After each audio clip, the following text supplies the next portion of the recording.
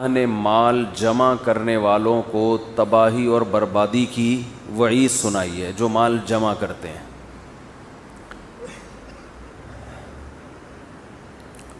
مال جمع کرنا ایک تو بینکوں میں ہوتا ہے، زندگی ختم ہونے والی ہے مگر کمیٹیاں ڈال کے پیسے جمع کر رہے ہیں، بینکوں میں رکھ کے بڑھائے چلے جا رہے ہیں، کھا رہے نہیں ہیں، نہ کھا رہے ہیں، نہ کھلا رہے ہیں، نہ پہن رہے ہیں، اور کوئی کھانا شروع کر دے تو اس کو کھانا شروع کر دیتے ہیں۔ میری عادت ہے کھانے کی، الحمدللہ۔ لوگوں کو کھاتا ہوا آدمی اچھا نہیں لگتا، جمع کیا ہوا اچھا لگتا ہے کہ پیسہ رکھ کے غریبوں کی طرح گھومتا رہے، وہ اچھا لگتا ہے لوگوں کو۔ کوئی چیز خرید لوں تو 20 سوال شروع، یہ موبائل کہاں سے آیا، یہ چیز کہاں سے آئی ہے، تمہیں کیا ٹینشن ہے یار، کس کے پاس کون سی چیز کہاں سے آئی، تمہارا ہیڈک تھوڑی ہے، چھوڑ دو۔ اور اگر آئی ہے تو اچھی بات ہے، شکر ادا کرو۔ اور یہ اعتراض وہ کر رہے ہوتے ہیں جن کی مالی حیثیت ہم سے بہت زیادہ ہے، تو اپنی کنجوسی پہ رونا آنا چاہیے کہ ہم مفتی صاحب سے زیادہ کما کے بھی غریبوں جیسی لائف گزار رہے ہیں۔ شروع ہی بیان طنزیہ باتوں سے ہو گیا، یہ مناسب نہیں ہے، آخر میں طنز چلتے ہیں۔ لیکن یہ کہ بہرحال دیکھو، کھاؤ اور کھلاؤ، اللہ کی راہ میں خرچ کرو۔ بار بار میں ایک بات کہتا ہوں نا کہ غریب ہونا بالکل بھی برا نہیں ہے، سوچ کا غریب ہونا بہت برا ہے۔ غربت تو اللہ کی طرف سے ایک عطا ہے، ایک عہدہ ہے۔ غریب ہونا اگر عیب کی بات ہوتی تو اللہ اپنے حبیب سید الانبیاء کو مسکین بناتا ہے بھائی۔ یہ تو دنیا میں سب سے بڑی جہالت کی بات ہے کہ کسی کی گاڑی دیکھ کر، پیسہ دیکھ کر، موبائل دیکھ کر، اس کا لائف اسٹائل، اس کا بنگلہ دیکھ کر اس کی عزت کی جائے۔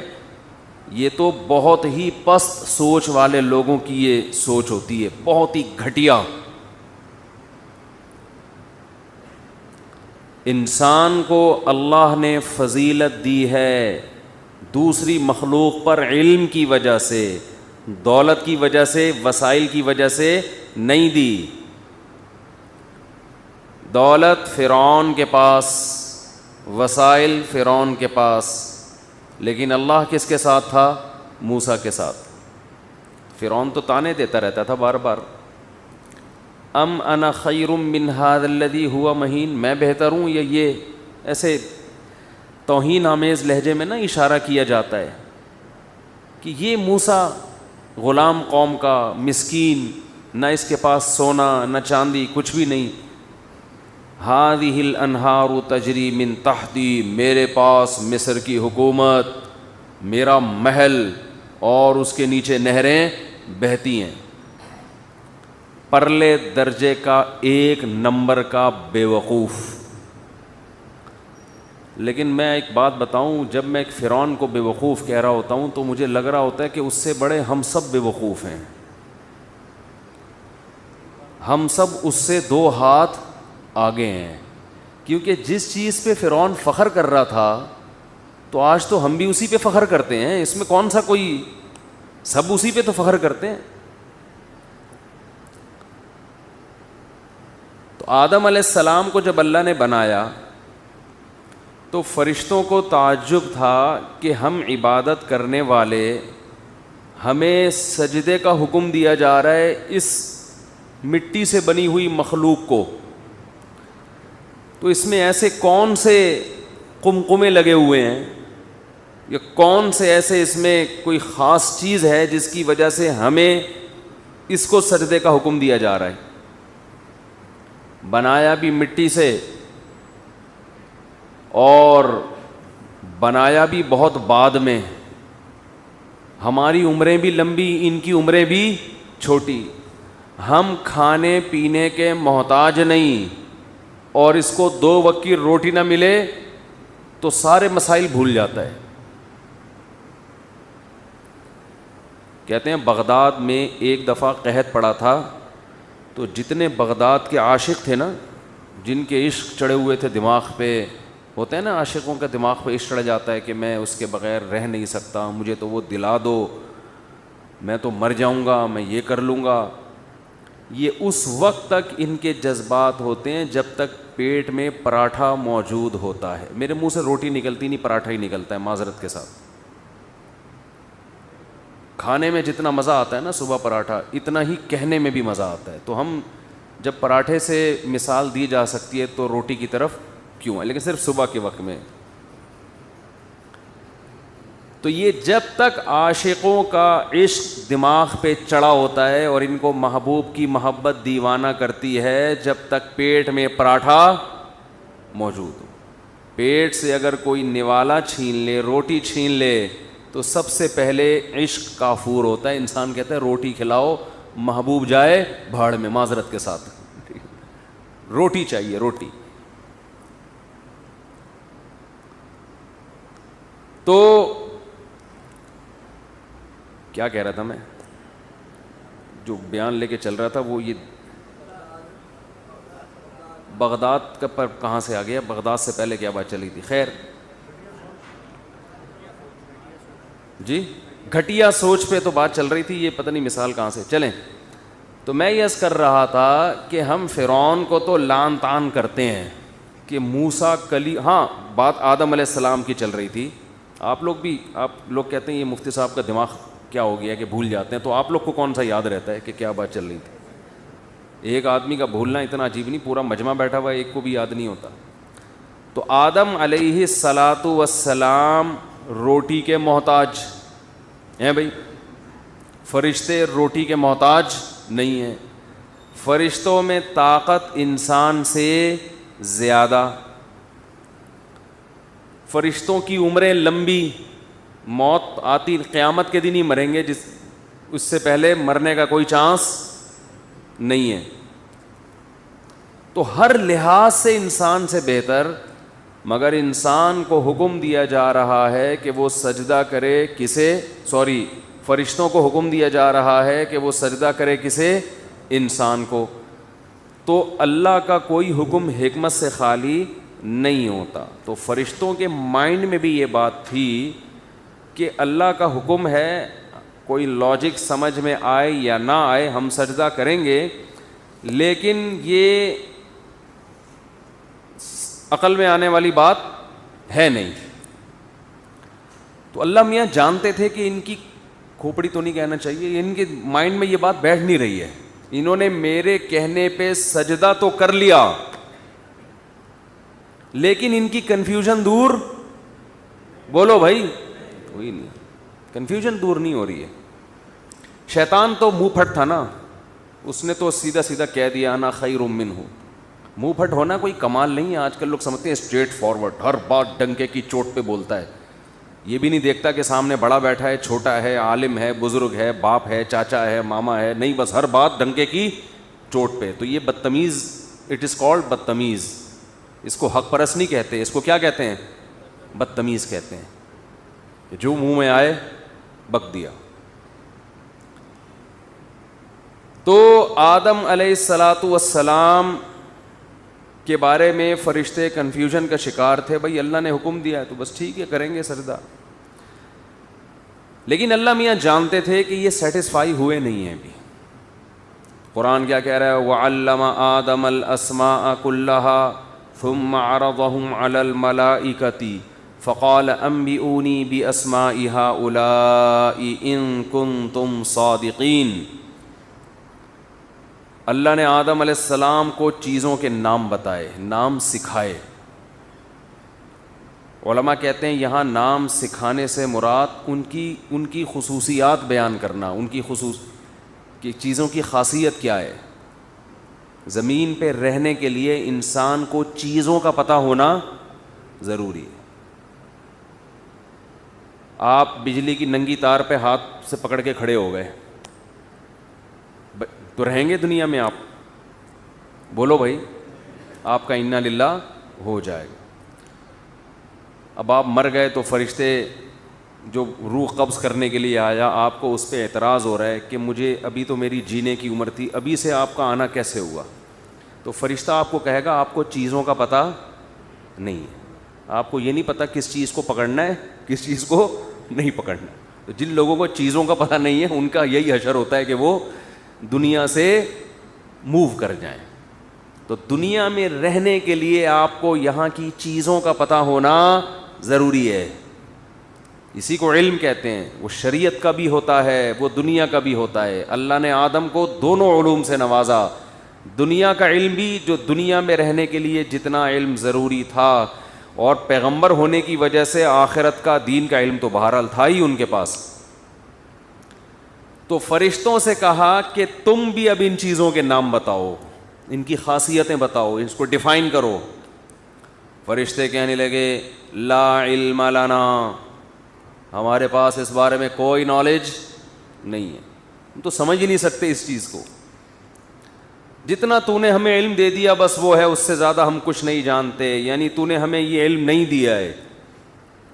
تو اللہ نے کیا فرمایا, الم اقل لکم, میں نے کہا نہیں تھا, انی اعلم, میں وہ کچھ جانتا ہوں آدم کے بارے میں, ما لا تعلمون, جو تم نہیں جانتے. اللہ تعالیٰ کی عادت ہے کہ جیسے دیکھو کوئی چیز ماحول بنا کے سمجھائی جائے تو بات سمجھ میں آتی. یہ بات اللہ پہلے بھی تو کہہ سکتے تھے نا. ارے اللہ پہلے ہی فرشتوں سے کہہ دیتے میں ایک ایسی مخلوق بنا رہا ہوں جس کو ایسا علم دوں گا جو ہر چیز کی خاصیتیں جانے گا, تمہارے اندر یہ صلاحیت نہیں ہے, لہذا تمہارے اندر وہ کوالٹی نہیں ہے جو آدم کے اندر ہے, اس کی وجہ سے آدم کو تم پر فضیلت ہوگی. تو یہ بات اللہ ویسے ہی بتا دیتے. لیکن جب ایک چیز کا ماحول بنایا جاتا ہے, اس کے بعد جب اس چیز کو ہائی لائٹ کیا جاتا ہے تو اس کا اثر الگ ہوتا ہے. اللہ نے انسان کو آزمائش کے لیے پیدا کیا ہے کہ یہ اچھا کر کے آتا ہے یا برا کر کے آتا ہے. اچھا کرنے اور برا کرنے کی صلاحیت انسان کے علاوہ کسی اور مخلوق میں نہیں ہے. اس لیے اللہ نے انسان کو اس کو ایسا دماغ دیا ہے کہ یہ دماغ سے سوچتا ہے کہ یہ اچھا ہے یا برا ہے, اور اس کے بعد پھر یہ عمل کر کے دکھاتا ہے کہ کچھ اچھے کریں گے, کچھ کیا کریں گے, کچھ برا کریں گے. یہ کوالٹی انسان کے علاوہ کسی اور جنات میں بھی ہے. انسان اور جنات کے علاوہ یہ صفت اللہ نے کسی مخلوق میں پیدا نہیں کی ہے. تو انسان کی باڈی کے اور اس کے قد کو نہیں دیکھا جائے گا, اس کے وسائل کو نہیں دیکھا جائے گا. انسان کی ویلیو ہے اس کی کھوپڑی کی وجہ سے. یہی وجہ ہے کہ جب انسان پاگل ہو جاتا ہے دماغی چوٹ کی وجہ سے, تو اللہ اس کو احکام کا مکلف نہیں بناتے, کہ جو اس کی فضیلت کی وجہ تھی وہ وجہ ہی ختم ہو گئی ہے اس میں.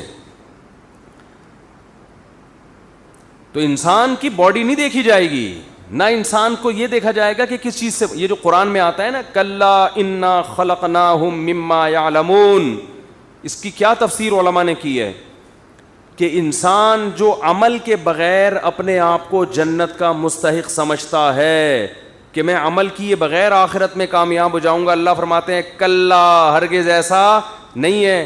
اس لیے کہ فضیلت بعض دفعہ کسی کو ملتی ہے اس کے ظاہری حلیے کی وجہ سے, اور بعض دفعہ ملتی ہے عمل کی وجہ سے. تو ظاہر میں تو آپ اس قابل نہیں ہو کہ آپ کو جنت ملے. اگر جنت آپ کے اسٹرکچر کو دیکھ کے ملنی ہوتی تو فرشتوں کے ملتی جو روشنی سے بنے, نور سے بنے. آپ تو گندی مٹی سے اور غلیظ پانی سے بنے, اور ہر وقت پیٹ میں گند لے کے گھومتے ہو, ہر جگہ سے گند نکل رہا ہے. یہ گند اس قابل نہیں ہے کہ اس کو جنت ملے. بھائی بعض دفعہ ہم کسی کے عمل کو نہیں دیکھتے, اس کی پرسنالٹی کو دیکھتے ہیں نا, اس بیس پر عزت دے رہے ہوتے ہیں. بھائی اگر کوئی بہت بڑا ملک کا سربراہ آ جائے جس کے بارے میں آپ کو پتا ہو کہ یہ چور ہے, عزت تو پھر بھی دیتا ہے نا انسان کہ یار ہے تو چور لیکن کیا کریں, پرسنالٹی ہے بھائی ایک, تو عزت دینی پڑتی ہے. نہیں دو گے تو وہ بےزتی کرے گا پھر آپ کی. تو پرسنالٹی کی وجہ سے بعض دفعہ عزت دینی پڑتی ہے. اللہ فرماتے ہیں تمہاری پرسنالٹی میں جو ظاہر ہے نا تمہارا, جس چیز سے تم بنے ہو, اس کی اللہ کی نظر میں کوئی ویلیو نہیں ہے. یہ اس قابل نہیں ہے کہ اس کو اٹھا کے اللہ جنت میں بھیج دیں. اتنا فری ہونے کی ضرورت نہیں ہے. تمہارے پاس عمل ہی کا اچھے بن سکتے ہو, عمل کے ذریعے. اچھا عمل کرو گے تو ویلیو بڑھے گی, برا عمل کرو گے تو اس سے بھی جاؤ گے جتنے بھی ہو. یہ ایسا مذہب کا دعویٰ ہے جس کا کسی کے پاس کوئی جواب نہیں ہے. یہ صرف مذہب یہ بات کرتا ہے. اور حیرت اس پر ہے کہ ہماری یونیورسٹیوں میں دنیا کا ہر ٹاپک پڑھایا جا رہا ہے جو سب سے اہم ٹاپک ہے، جس کے لیے ہمیں پیدا کیا گیا، اس ٹاپک کو اگنور کیا جا رہا ہے، اس کو اگنور کر دیا. یہ ایسا ہی ہے جیسے آپ منزل کو بھول کے، یعنی ہم نے جانا ہے، میں نے گھر میں جیسے اعلان کر دیا بھائی ہم سب چلو بھائی ہم چلتے ہیں لاہور چلتے ہیں بھائی. اب گھر والے یہ نہیں پوچھ رہے کہ لاہور جا کیوں رہے ہو، تیاری میں لگ گئے، اچھا بھائی لاہور جا رہے ہیں، بھائی لاہور جانا ہے، بھائی لاہور کے لیے کیا کیا چیزیں چاہیے، بھائی لاہور کے لیے ایک آدھ لاہوری اگر ساتھ ہو جائے تو سب سے اچھی بات ہے، کیونکہ لاہور جاتے ہی چونا لگنے کا خطرہ،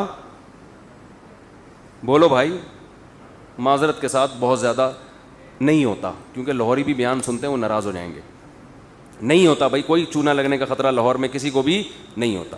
آپ بھی لاہور سے آئے ہیں، معذرت کے ساتھ، مجھے صرف 2 دفعہ چونا لگا ہے لاہور میں، معذرت کے ساتھ، ویسے لاہور میں کسی کو کبھی وہ چونا نہیں لگاتا.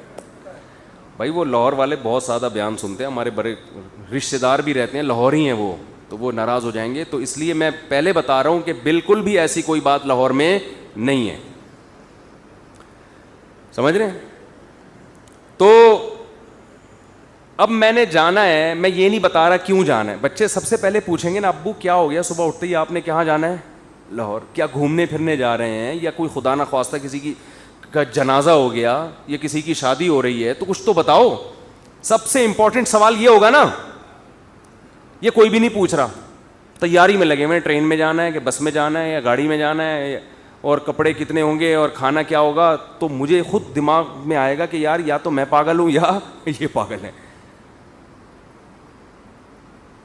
بعض دفعہ سوال کا جواب واضح ہوتا ہے، اس لیے نہیں پوچھ رہے ہوتے، بچوں کو پہلے سے بتایا ہوا ہوتا ہے بھائی گھومنے پھرنے جانا ہے.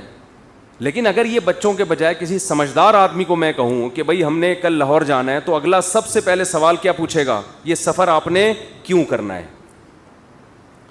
ہمارے تعلیمی اداروں میں یہ جو دنیا کا سفر ہے یہ کیوں ہے، اس کی منزل کیا ہے، ہم کیوں آئے دنیا میں، سب سے امپورٹنٹ سوال انسان کے لیے یہ ہے، اور اس سوال کو کوئی بھی نہیں اٹھاتا. اور انسان کی فضیلت کی وجہ بھی یہی ہے. اگر ہمارا کوئی مقصد ہی نہیں ہے میرے بھائی، ہم ایسے ہی آئے ہیں، تو پھر ایسے ہی کا کوئی مقصد جب نہیں ہے تو پھر تو ہمیں فضیلت ہی نہیں ہے، پھر تو ہم مقصود کائنات ہی نہیں ہیں. پھر تو وہ ایتھیسٹ بالکل صحیح کہتے ہیں، کچرا ہے، کچرا بن کے ختم ہو جائے گا. پھر جو ملحد لوگ ہیں نا جو خدا کے منکر ہیں، پھر تو وہ صحیح کہتے ہیں کہ کچرا ہے، اس کو اتنا پروٹوکول دینے کی ضرورت نہیں ہے. پھر ہم تو کہتے ہیں پھر دو بھی نہیں پروٹوکول، اس کو کیوں دے رہے ہو. پھر کتے بلی اور انسان میں کوئی فرق نہیں ہے، بلکہ بیل انسان سے زیادہ فضیلت والا ہے، کیونکہ وہ زیادہ پاورفل ہے، اس کا سائز بھی بڑا ہے. اب دیکھو اتنا موٹا تازہ ہوتا ہے بیل. ہمارے ہاں بیل جیسی طاقت پیدا کرنے کے لیے کم سے کم 10 سال جم جانا پڑے گا، پھر بھی بیل جیسا نہیں بنتا. پھر تو بھائی ویل مچھلی کو زیادہ فضیلت ہے، وہ سائز میں بولتے کیوں نہیں، وہ زیادہ بڑی ہوتی. پھر ویل مچھلی، گدھا زیادہ بوجھ اٹھا لیتا ہے. ہمارے ہاں ویٹ لفٹر اتنا بوجھ نہیں اٹھاتا. گدھا اس کو پہلے ایوارڈ ملنا چاہیے، وہ زیادہ فضیلت والی. وہ اگر آپ کہتے ہیں کہ انسان کو فضیلت اس لیے کہ یہ ویٹ زیادہ اٹھاتا ہے، تو گدھا زیادہ ویٹ اٹھاتا ہے. چلو گدھا نہیں تو خچر لے آؤ، خچر تو اٹھا ہی لیتا ہے نا. اگر آپ کہتے ہو انسان کو فضیلت ہے اس کے باڈی کی وجہ سے اتنا قد ہے اس کا، چیونٹیوں کا چھوٹا قد ہوتا ہے، تو بھائی انسان سے بڑے بڑے جانور بھی، اس کو دیکھ لو اونٹ کو، اونٹ کتنا بڑا ہے نا، اور وہ ژرافہ کتنا بڑا ہوتا ہے. اگر آپ کہتے ہو میری کک بہت طاقتور ہے، میں ایک لات مارتا ہوں تو بندہ اٹھتا نہیں ہے، آپ نے گدھے کی لات کبھی چیک کر کے دیکھی نہیں. اور یہ جو زیبرے ہوتے ہیں نا جنگلوں میں تنزانیہ کے جنگلوں میں گیا ہوں، وہاں مجھے لوگوں نے بتایا کہ یہ جو زیبرا ہے نا، زیبرا، اس کی لات اللہ کسی دشمن کو بھی نہ لگائے. اس کی جو پچھلی لات ہے وہ اتنی پاورفل ہوتی ہے کہ گیا بندہ کام سے. اس کو جب شکار کر کے ذبح کرتے ہیں تو بھی اس کی لات سے بچتے ہیں. تو پھر میرے بھائی زیبرے کو بڑی فضیلت ہے. اگر کوئی کہتا ہے کہ مجھے اللہ نے فضیلت دی ہے کہ میری لات اور میری ٹانگ میں بڑی طاقت ہے، تو آپ گدھے کا مقابلہ، وہ زیبرا بھی تو گدھا ہی ہے نا، جنگلی گدھا ہے، وہ حلال ہے، لیکن بہرحال وہ حلال اس کی ڈیزائننگ. وہ ایک آدمی گیا نا جنگل میں پہلی دفعہ زیورہ دیکھا, کہہ رہا ہے یار یہ گدھے کو سویٹر کس نے پہنا دیا ہے. تو پھر تو اس بیس پر فضیلت ہے.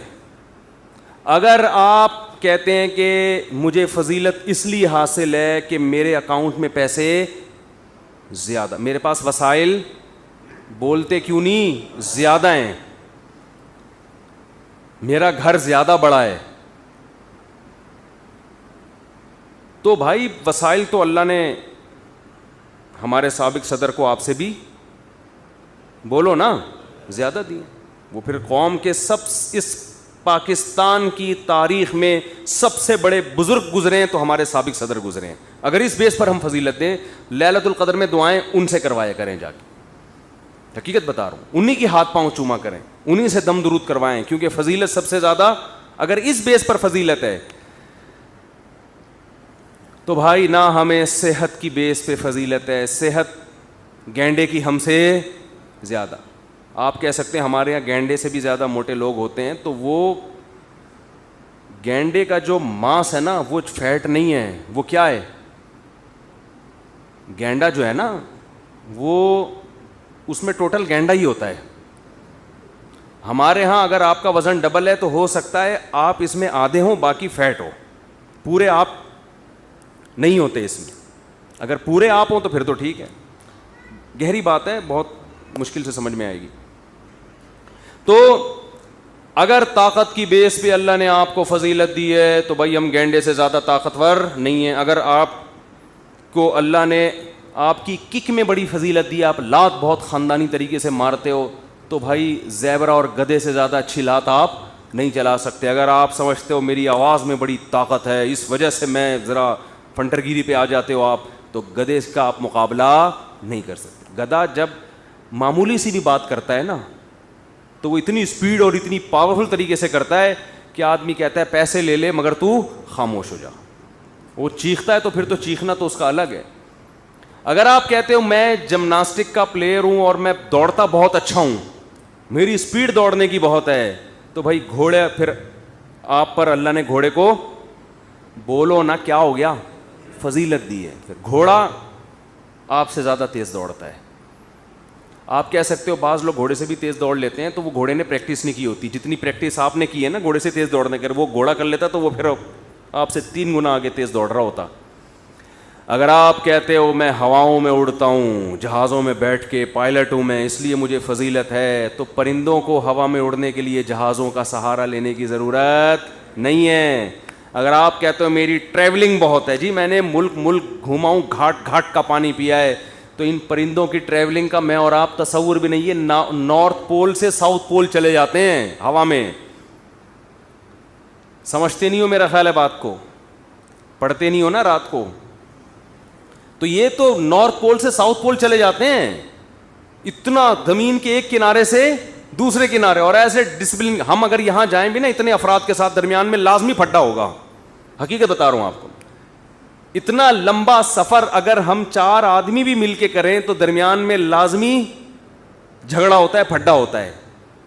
یہ تو دیکھ سفر میں تو بڑے جھگڑے ہوتے ہیں, لیکن یہ پرندے نارتھ سے ساؤتھ چلے جاتے ہیں, ساؤتھ سے نارتھ چلے جاتے ہیں, اتنے لمبے لمبے سفر.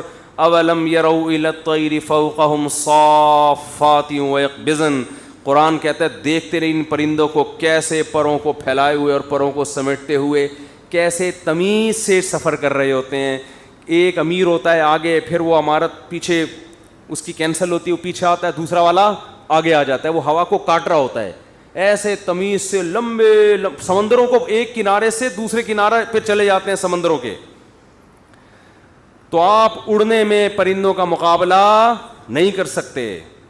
سمندروں کے اندر ایسے جانور ہیں ایک کنارے سے دوسرے کنارے چلے جائیں گے, راستہ نہیں بھولتے وہ.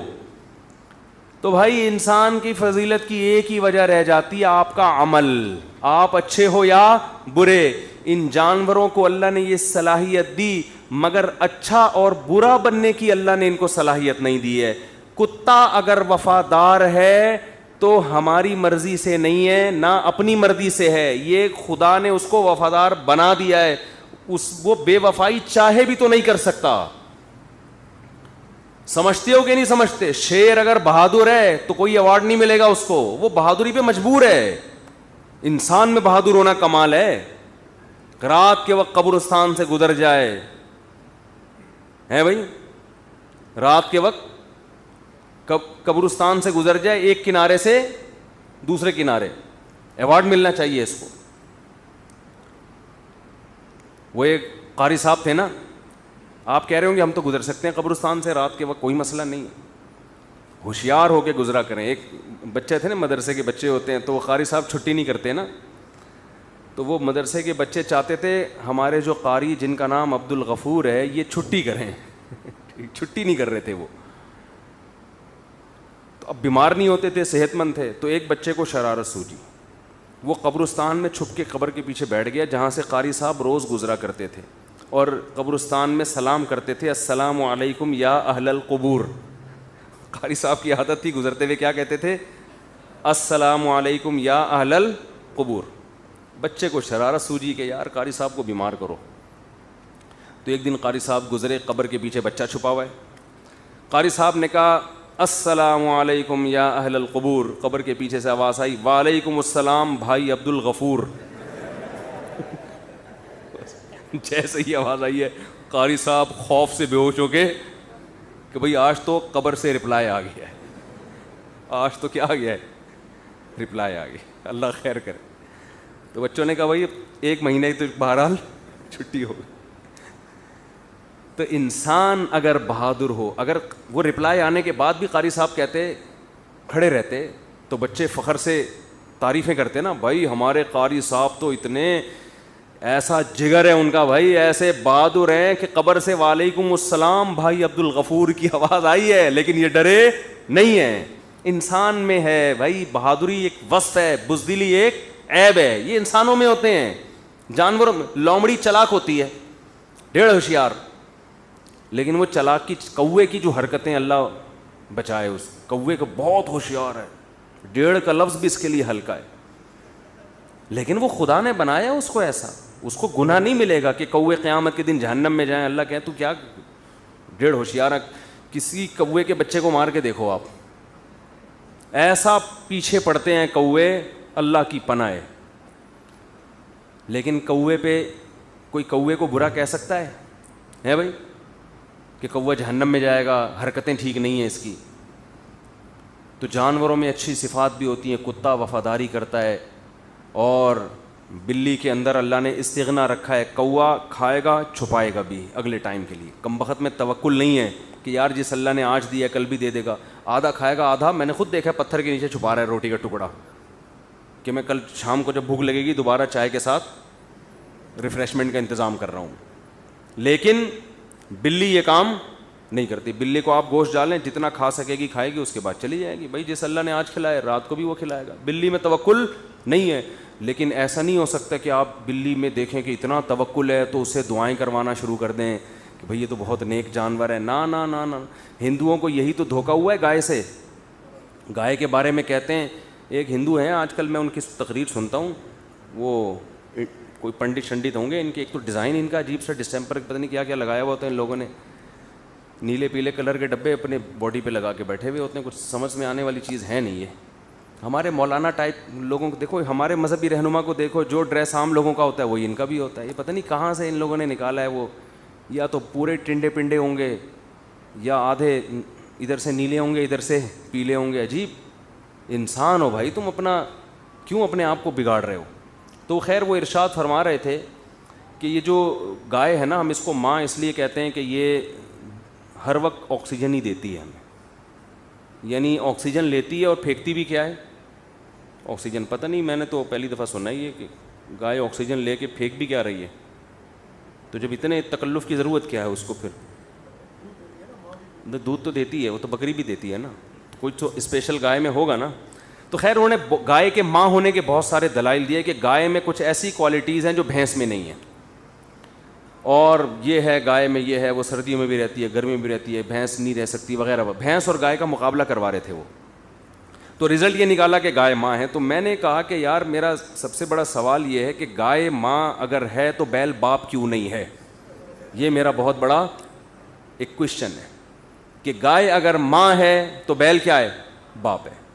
تو وہاں آ کے سب, اور گائے کے جو دودھ اترا ہے وہ تو بیل کی وجہ سے اترا ہے نا, بچہ ہوا ہے تو وہ تو کراس ہوا ہے, تو اس کی بیس پر دیکھو. اسلام میں حکم یہ ہے کہ جس ماں کا آپ نے دودھ پیا ہو, جس عورت کا, وہ آپ کی ماں بنے گی تو اس کا شوہر آپ کا باپ بھی بنے گا, اس کا شوہر آپ کا کیا بن جائے گا؟ باپ. تو جب بیل آپ کی ماں ہے تو جب گائے آپ کی ماں ہے تو گائے کا میاں آپ کا باپ کیوں نہیں ہے؟ یہ ایک سوال ہے جس کا ہو سکتا ہے اگلے کلپ میں جواب آ جائے, کہ وہ اس لیے نہیں ہے کہ وہ آکسیجن لیتا مگر پھینکتا کاربن ڈائی آکسائڈ ہے, ہو سکتا ہے یہ اس کی وجہ ہو. وہ لیتا آکسیجن ہے, پھینکتا کیا ہے, اس وجہ سے. تو خیر کہاں سے کہاں بات چلی گئی. تو میرے بھائی قرآن, یہ دیکھو یہ ظاہری حسن کو دیکھ کر ہمیشہ سے دنیا متاثر ہوئی ہے. کسی نے سورج کو دیکھا اتنا خوبصورت, سورج کو سجدہ کرنا شروع کر دیا. کسی نے چاند کو دیکھا, چاند کو قرآن کیا کہتے ہیں, لا تسجدوا للشمس ولا للقمر, مخلوق کو سجدہ مت کرو, واسجدوا للہ الذی خلقہن, اس ذات کو سجدہ کرو جس نے ان کو. اگر گائے میں کوئی کوالٹی ہے تو یہ گائے کی خاصیت نہیں, تو بنانے والے کا کمال ہے. تو بنانے والے کو فوکس کرو, بنی ہوئی چیزوں کو کیوں فوکس کر رہے ہو بھائی؟ بنانے والے کا کمال ہے. دیکھو آپ کو کوئی موبائل گفٹ کرتا ہے تو آپ موبائل کا شکریہ ادا کرتے ہو, یہ جس نے گفٹ کیا اس کو تھینک یو کہتے ہو؟ کیا ہو گیا؟ ابے بھائی جو آپ کو گفٹ کرے گا تو آپ اس کا شکریہ ادا کرو گے نا, نہ یہ کہ اس گفٹ کا شکریہ ادا کر رہے ہو. تو گائے تو اللہ نے ہمیں دی ہے, تو گائے کا تھوڑی شکریہ ادا کرنا ہے. کس کا ادا کرنا ہے؟ اللہ کا ادا کرنا ہے. تو میں یہ جلدی سے بات کو سمیٹ کے ختم کروں. اللہ نے انسان کو فضیلت دی علم, اور علم سے مراد سیکھنے کی صلاحیت. یہ اچھا بھی سیکھ سکتا ہے اور برا بھی, یہ اچھا بھی سمجھ سکتا ہے اور برا بھی سمجھ سکتا ہے. تو اسی بیس پر فضیلت ہے. لیکن آج فضیلت کا معیار چینج ہو چکا ہے. آج فضیلت دولت, پیسہ, شہرت, ان چیزوں کو فضیلت سمجھا جاتا ہے, عمل کو فضیلت نہیں سمجھا. ایکٹروں کی عزت زیادہ ہو رہی ہے, ڈاکٹروں کی, سائنسدانوں کی عزت کم ہو رہی ہے. حیرت کی بات ہے. ایجوکیشن کی ویلیو نہیں ہے, اور عزت کس کی؟ کھلاڑیوں کی, ان کی عزت زیادہ ہو رہی ہے. تو یہ عجیب حساب کتاب چل رہا ہے. لوگ فنکاروں, اداکاروں کے نام پہ اپنے بچوں کے نام رکھ رہے ہیں. تو اللہ نے انسان کو فضیلت کس بیس پر دی ہے میرے بھائی؟ علم کی. تو میں بات یہاں سے لے کے میں نے شروع کی تھی کہ یہ جو دولت کی بیس پہ فخر کرنا نا, پیسے جمع کیوں کر رہے ہیں؟ جمع اس لیے کر رہے ہیں تاکہ مالدار بن جائیں اور پھر عزت ہوگی معاشرے میں. تو یہ عزت فرعون کی تھی جو تھوڑے دنوں میں ختم. اور فرعون یہ تانے کس کو دیتا تھا؟ موسیٰ علیہ السلام کو, کہ ان کے پاس تو کچھ بھی نہیں ہے. اس کمبخت کو پتہ نہیں تھا تو کس کو تانے دے رہا ہے, یہ کلیم اللہ ہے, یہ عام پیغمبروں کی طرح بھی نہیں ہے, یہ تو ایسا پیغمبر ہے جس کا آخری کتاب میں سب سے زیادہ اللہ تذکرہ کرے گا. یہ وہ پیغمبر ہے جس کی ماں کو اللہ وحی کر رہا ہے کہ اس کو صندوقچے میں ڈال دے اور ہم اسے تیری گود میں پہنچائیں گے. اور یہ وہ پیغمبر ہے جس کو کوہ طور پہ بلا کے اللہ اس سے وقربناہ نجیہ سرگوشیاں کرے گا. انسان اپنی اوقات بھول جاتا ہے پیسے کے نشے میں, دولت کے نشے میں. تو اس لیے یاد رکھو, اگر کسی کا عمل اچھا ہے نا, اچھا, اس کو عزت دیا کرو. عمل اچھا نہیں ہے, جتنی مرضی دولت ہے, تو وہ اللہ کی نظر میں قابل عزت نہیں ہے.